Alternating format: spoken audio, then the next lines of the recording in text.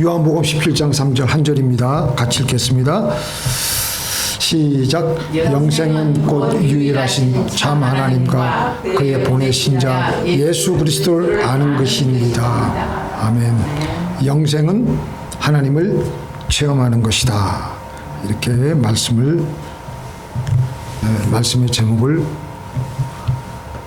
붙였습니다. 인생을 살아가면서 우리는 살면 살수록 이렇게 만만하지 않다는 것을 우리는 알게 됩니다. 늘 어려운 일들을 겪으면서 살아가고 있습니다. 우리는 이런 어려운 일들을 만날 때 하나님은 계시지 않는다고 생각을 하고 하나님께로부터 더욱더 멀리 이렇게 가고 하나님을 회피하고 하나님과는 관련 없이 관계없이 살아가려고 합니다. 심지어는 하나님을 괜히 믿었나 라고 하는 후회스러운 생각도 해봅니다. 우리가 살고 있는 시대는 참으로 위험한 우리의 신앙의 뿌리를 흔들어갈 만큼 아주 위험한 시대를 살아가고 있습니다. 동성연애로 그 세계가 지금 몸살을 앓고 있고요. 종교계, 교육계, 온 세상 구석구석에 그런 것들이 파급이 되고 있고 하나님이 어디에 계시는가 그런 수많은 불신자들의 그 함성만 들리는 것 같습니다. 인종차별, 경제적인 불균형, 또 여러 가지 재정적인 위기. 그래서 지금 사실 팬데믹이 끝나서 좋아하시는 분들이 많겠지만 많은 교회들이 문을 닫고 있고 지금 우리 이민교회는 많은 위기 가운데 놓여 있습니다. 특별히 자그마한 교회는 그런 위기에 더 많이 노출이 되어 있는 상황입니다. 이런 위기의 때에 하나님께서는 우리의 주어진 삶 속에서 지금도 살아계셔서 역사하시는 하나님을 체험하며 영생의 삶을 살아가라는 것입니다. 영생교가 있는데 그런 영생이 아니고 우리는 하나님 말씀대로 잘 봐야 됩니다. 영생이란 단어의 뜻만으로 보면 영원히 사는 삶. 그래서 영원히 죽지 않고 사는 것이 단어의 사전적인 의미인데요. 그러나 영원히 죽지 않고 사는 것으로만 따진다면 지옥에 간 사람들도 영생을 살고 있는 겁니다. 그렇게 하면 성경에서 말하고 있는 영생의 뜻은 아니죠. 또 우리들은 생각하기를 우리가 나중에 죽어서 가는 천국에서의 삶만이 영생이라고 한다면 그것도 조금 부족한 것 같습니다. 그럼 과연 성경은 영생을 뭐라고 하고 있는가 살펴보겠습니다. 우리 한번 읽어볼까요? 시작. 내가 진실로 너에게 이르노니 내 말을 듣고 또 나 보내신 이를 믿는 자는 영생을 얻었고 생명에 이르지 아니하나니 사망에서 생명으로 옮겼느니라. 예수 믿는 그 순간부터 우리의 영생의 삶은 시작이 되었다라는 것입니다. 그래서 우리 한국말에는 얻었다라고 되어 있지만 얻었고라고 되어 있지만 사실은 영어 성경에 보면 현재입니다. 현재 완료형이라고 볼 수가 있습니다. 이 땅에서 예수님을 믿는 우리들은 이미 영원한 생명을 갖고 영생을 살아가고 있습니다. 영생은 오늘 본문 말씀에서 보니까 하나님을 안다 그랬습니다. 이 안다는 것이 무엇이냐? 이 안다는 것은 그냥 지식적으로 아는 것만을 말하지는 않습니다. 우리가 창세기에 보면 노아 시대에 노아 홍수를 말미암아서 노아 홍수로 구원받은 사람은 노아와 노아의 가족들 뿐입니다. 8명입니다. 노아 시대에 얼마나 많은 사람들이 있었습니까? 노아와 같은 시대의 형제들, 노아의 사촌 형제들, 노아 아버지 시대의 삼촌과 또 오촌 아저씨, 칠촌 아저씨, 고모와 이모들, 또 노아의 할아버지들, 작은 할아버지, 큰 할아버지, 고모 할머니, 이모 할머니 얼마나 많았겠어요. 또 사촌의 당숙의 팔촌의 셋의 후손들입니다. 그들은 하나님과 동행함으로 죽지 않고 승천한 에녹의 후손들입니다. 그러나 노아 홍수로 오직 구원받은 사람은 노아와 그의 가족들 8명뿐입니다. 그들도, 그 수많은 사람들도 하나님을 알았을 것입니다. 그럼에도 불구하고 노아 홍수 가운데 구원받지 못했어요. 영생은 하나님을 안다라고 했는데 여기서 안다라는 단어를 동일하게 성경에서 사용한 곳이 있습니다. 창세기 4장 25절에 보니까 아담이 다시 자기 아내와 동침함에, 마태복음 1장 25절에 아들을 낳기까지 자기 동침하지 아니하더니, 여기서 동침이라는 단어가 바로 안다라는 단어와 똑같은 히브리어 그 원어를 사용하고 있습니다. 그래서 안다라는 것은 머리로 아는 것이 아니라 부부의 관계 같은 깊은 교제의 경험적 알을 뜻하고 있습니다. 그래서 영생은 하나님을 머리로만 아는 것이 아니고 하나님을 깊이 경험적으로, 그리고 하나님과 깊은 관계를 맺으며 하나님이 어떤 분이시다, 나는 안다, 그런 안다라는 것입니다. 그래서 천국에서의 영생의 삶만이 있는 것이 아니고 이 땅에서부터 우리는 영생의 삶을 누리고 하나님을 맛보고 살아가야 되는 것입니다.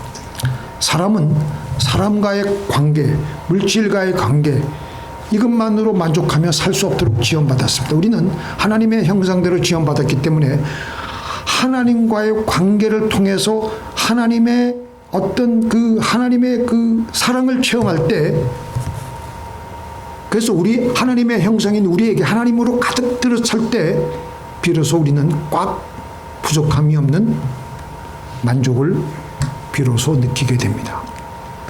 그래서 사도 바울이 뭐라 그랬습니까? 내가 예수님을 아는 지식이 가장 나에게 중요하다 그랬어요. 고상하다 그랬는데 내가 볼 때는 고상하다 그러면 좀 우리의 그 어감에는 뜻 다가오지 않기 때문에 가장 중요한 것이 예수님을 체험하는 것이라고 그랬습니다. 예수님을 체험하는 것이 이 세상의 어떤 것보다 더 중요하다라고 말했습니다. 이 위기의 인생 여정에서 우리는 주님을 경험해야, 주님을 체험해야, 주님과 같이 손잡고 나가야만이 우리는 이 위기를 헤쳐나갈 수가 있습니다. 주님을 그냥 막연하게 추상적으로 내 머릿속에 관념적으로 아는 것 아무런 도움이 안 됩니다. 주님을 체험적으로 삶을 통해서 경험할 때 우리에게는 실제적인 영생의 삶이 진행되는 것입니다. 믿습니까? 마태복음 7장에 보면은 여러분들 다 잘 아시는 반석 위에 세운 집과 모래 위에 세운 집, 그 두 집에 대해서 우리 예수님께서 설명하시는데요. 반석 위에 세운 집, 모래 위에 세운 집. 먼저 모래 위에 세운 집은 뭐냐? 하나님의 말씀을 듣기는 들었는데 행하지는 않아요. 그래서 행하지는 않았는데 그 행하지 않은 사람들을 가리켜서 신앙의 집을 세운 사람들을 가리켜서, 그렇게 해서 신앙의 집을 세운 사람들을 가리켜서 주님은 모래 위에 세웠다고 말씀하고 있습니다. 그래서 비가 오고 창수가 나고 할 때 모래 위에 세운 집은 다 무너지고 물에 떠내려갑니다. 그 왜 그러냐? 이 우리 주님께서 이 비유를 든 이유가 있습니다. 말씀을 듣기는 들었습니다. 말씀을 지식적으로 많이 우리는 습득을 했습니다. 여러 가지 성경 공부를 했습니다. 그런데도 행하지 않아요. 남들이 보면은 다 지식적으로 아는 것 같은데 실제 현실 생활에서 그 말씀을 적용하지 않기 때문에, 행하지 않기 때문에 위기가 닥쳤을 때 하나님을 모르기 때문에, 하나님을 한 번도 체험해 보지 않았기 때문에 낙심하고 우울해지고 다 무너져 내리는 겁니다. 하나님을 모르기 때문에 그런 거예요. 하나님을 지식적으로만 알고만 있었지, 관념적으로만 알고만 있었지. 그런데 하나님의 말씀을 듣고 그대로 말씀대로 행하여서 이제 믿은 지 얼마 안 됐는데 하나님 말씀 그대로 행하니까 하나님을 머릿속으로만 관념적으로만 안 것이 아니라 실제적으로 체험한 거예요. 그런 분을 가리켜서 주님은 반석 위에 세운 집이라고 했습니다. 그래서 반석 위에 세운 집은 홍수가 나더라도 끄떡없는데 바로 왜 그러냐? 이제 믿은 지 얼마 안 됐지만 하나님의 말씀을 그 전에 그대로 듣고 행하였더니 하나님을 아는 거예요. 위기가 닥쳤을 때 우리가 과거에도 내가 기도해서 기도 응답을 받아가지고 하나님께서 역사하여 주시지 않았던가 하면서 그 경험을, 그 과거의 경험 때문에 자신이 있는 겁니다. 그래서 이때도 눈치를 끈 감고 하나님 말씀대로 순종하면서 그 위기를 헤쳐나가는 겁니다. 그래서 그 위기를 극복해내는 겁니다. 그 뇌과학자들이 얘기하는 것 중에서 이런 말이 있습니다. 위너 이펙트라는 말이 있습니다. 이게 무슨 말이냐면 어떤 한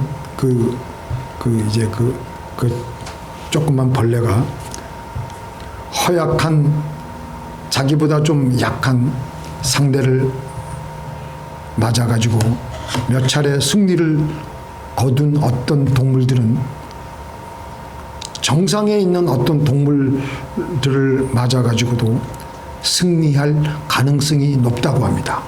왜 그러냐?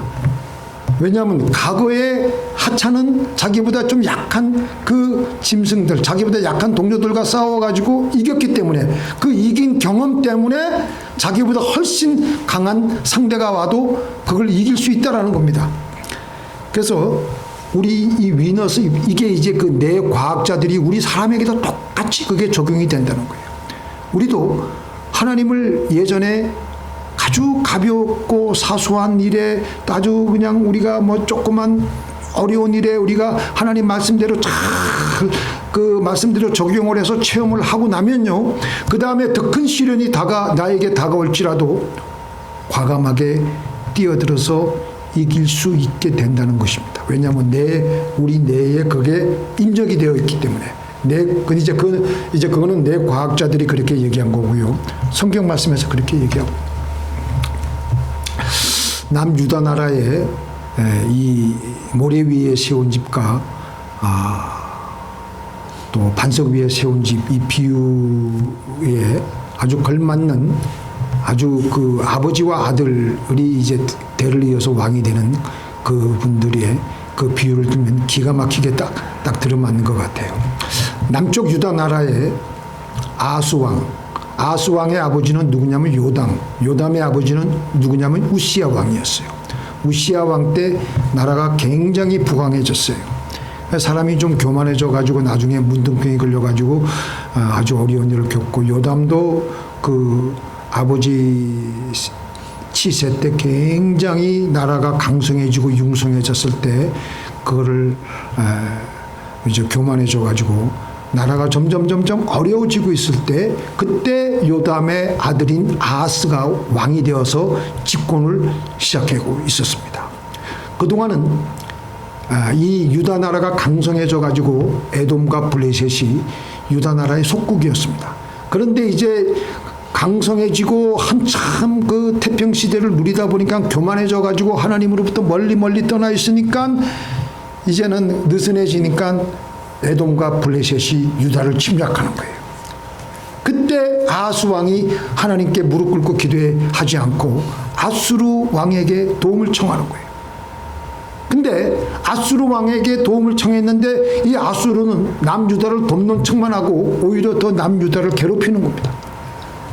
아하스 왕이 어떻게 했냐면 예루살렘 성전과 왕궁과 그 이스라엘의 그 남유다의 그 고관들의 그 방백들의 집에서 온갖 재물을 다 취해가지고 아수르 왕에게 뇌물로 다 갖다 바쳤지만 아수르의 핍박과 탈취는 더욱더 심해졌을 뿐입니다. 아수르의 도움을 받으려다가 오히려 괴롭힘을 당하는 겁니다.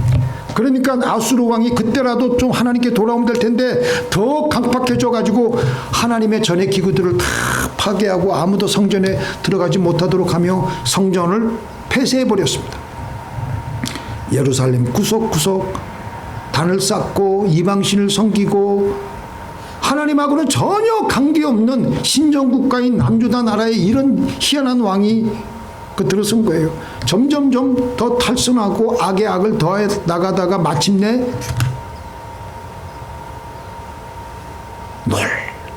그냥 마침내 결국은 이제 아하스 왕이 죽게 됐을 때 열왕의 묘실에 장사되지도 못하고 예루살렘 성에서 장사되었습니다. 얼마나 비참하게 삶을 살다가 마감했겠습니까? 그런데 이제 아하스의 뒤를 이어 그의 아들 히스기야가 왕이 됐어요. 히스기야는 25살의 왕이 되어서 29년간 재위를 했는데 이 히스기야 왕 시대에도 아버지 아하스 왕 시대만큼 그 이상으로 힘든 국제 정세가 돌아가고 있는 거예요.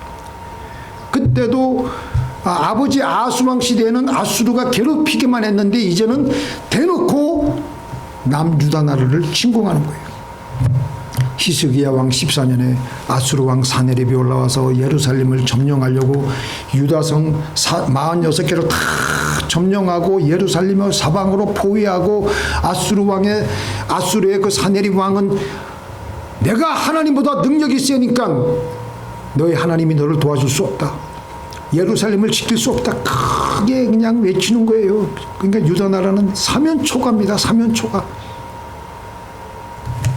지금 이게 우리가 그냥 성경 말씀의 역사서를 읽으니까 그렇지 그 상황 속에 있는 히스기야 왕의 심정이 어떤 심정이었겠습니까? 누구를 따라야 되겠습니까? 그때 히스기야 왕은 자기의 옷을 찢고 굵은 베옷을 입고 여호와의 전으로 기도 올라가면서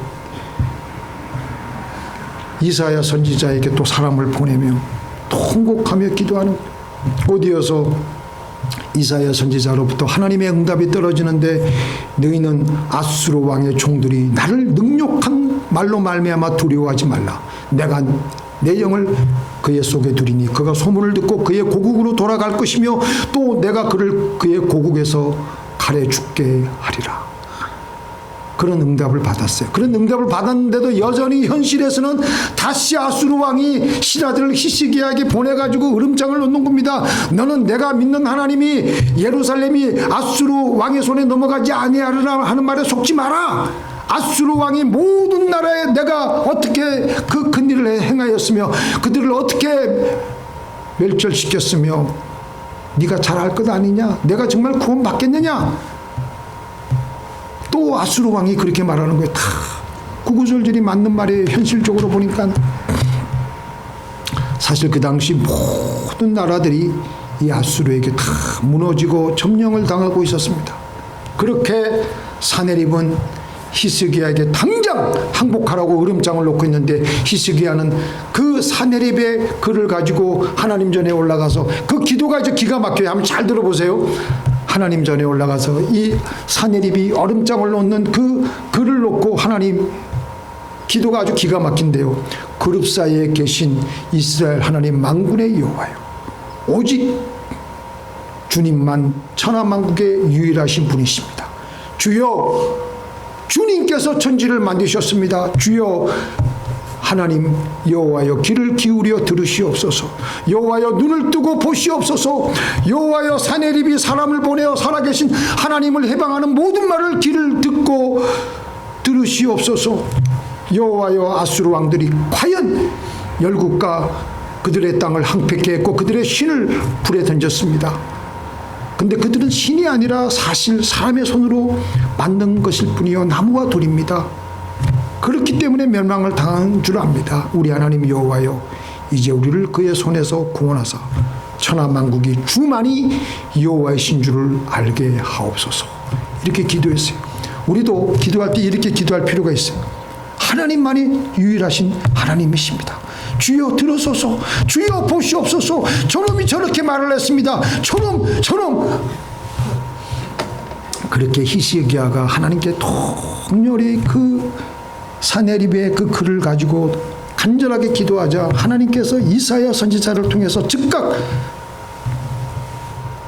히스기야에게 또 아수르의 왕 사네립에게 이 말 하나님의 심판의 말씀을 전하는데, 먼저 사네립 왕에게는 어떤 심판의 말씀이 임하느냐면은 내가 나를 거슬려 분노함을 내가 아노라. 내가 갈고리로 내 코를 꿰며 죄가를 내 입에 물려 너를 옳은 길로 돌아가게 하리라.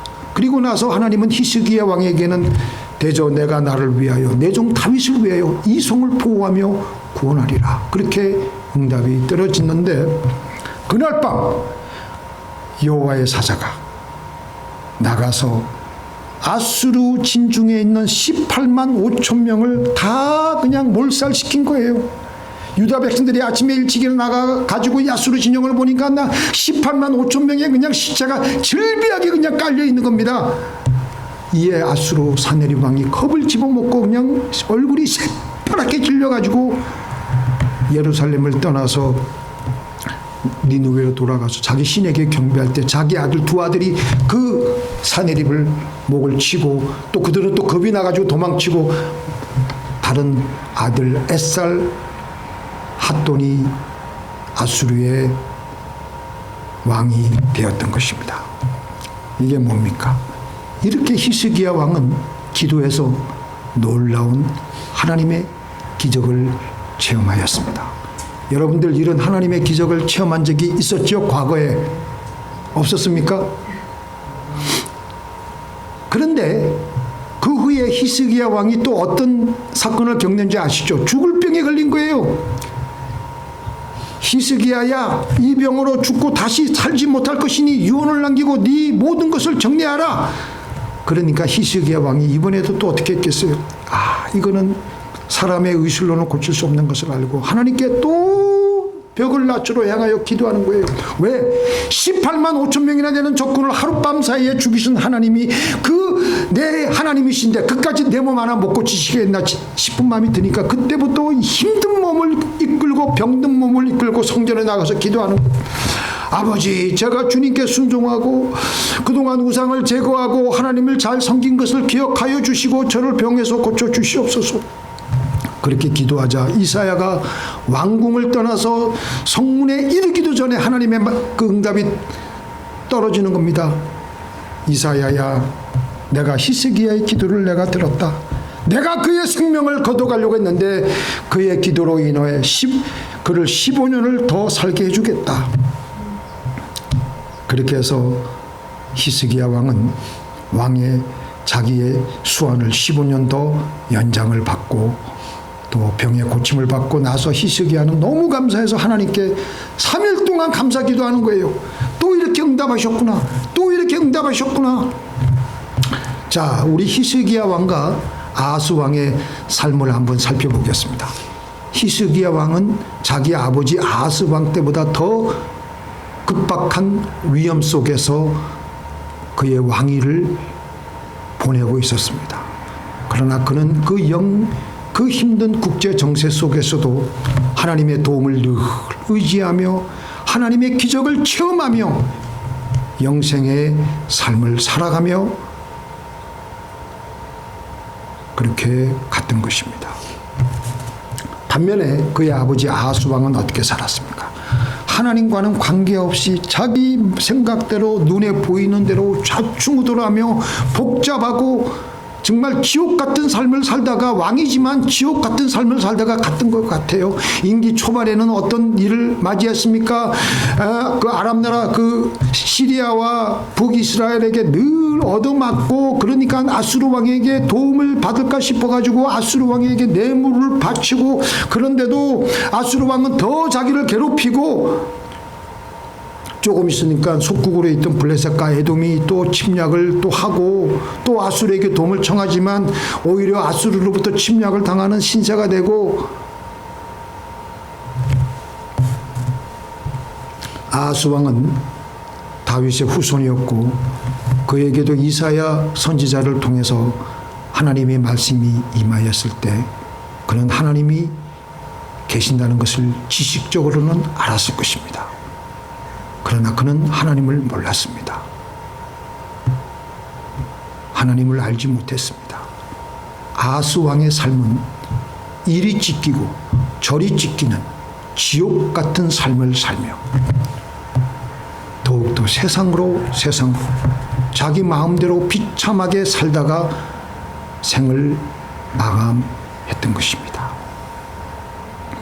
하나님은 오늘 여전히 우리와 함께 계시고 살아계시고 인격적인 분이시기 때문에 우리가 하나님께 전심을 다해서 히스기야 왕처럼 벽을 낮추러 향하여 기도할 때, 낯을 벽으로 향하여 기도할 때 우리가 기도한 대로 하나님 말씀대로 순종하여 행한다면 하나님은 우리에게 응답을 주시며 우리는 하나님을 더욱더 알게 되며 하나님을 체험하게 되는 영생의 삶을 살게 될 줄로 믿습니다. 자, 기도하시겠습니다.